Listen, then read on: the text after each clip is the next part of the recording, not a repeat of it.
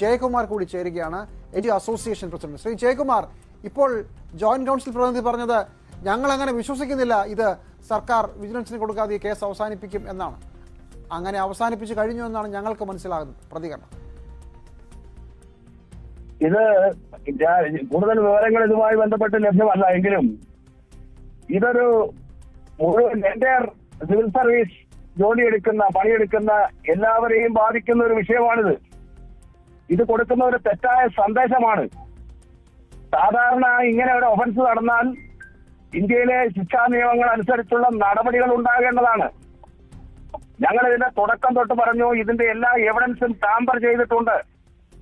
ഇതിൽ സഹായിക്കേണ്ട ആളുകളെ ഇതിന്റെ പ്രാഥമിക ഘട്ടം അന്വേഷണം പുരോഗമിക്കേണ്ട ഘട്ടത്തിൽ തന്നെ വല്ലാത്ത രീതിയിൽ നീട്ടിക്കൊണ്ട് പോയിട്ട് എല്ലാ തെളിവുകളും നശിപ്പിച്ചിട്ടുണ്ട്. ചെയ്യാവുന്ന സഹായങ്ങളെല്ലാം ചെയ്തിട്ടുണ്ട്. ഇപ്പോൾ എന്നിട്ട് കുറ്റപത്രം കൊടുക്കാതെ നീട്ടിക്കൊണ്ടുപോയി ജാമ്യത്തിൽ പുറത്തിറങ്ങാനുള്ള അവസരം കൊടുത്തിരിക്കുന്നു. അപ്പൊ ഇവിടെ സംഭവിച്ചിരിക്കുന്നത് വളരെ സുരക്ഷിത കവചമൊരുക്കി ഇത്തരം ആളുകളെ സംരക്ഷിക്കുന്ന ഒരു നിലപാടാണ്.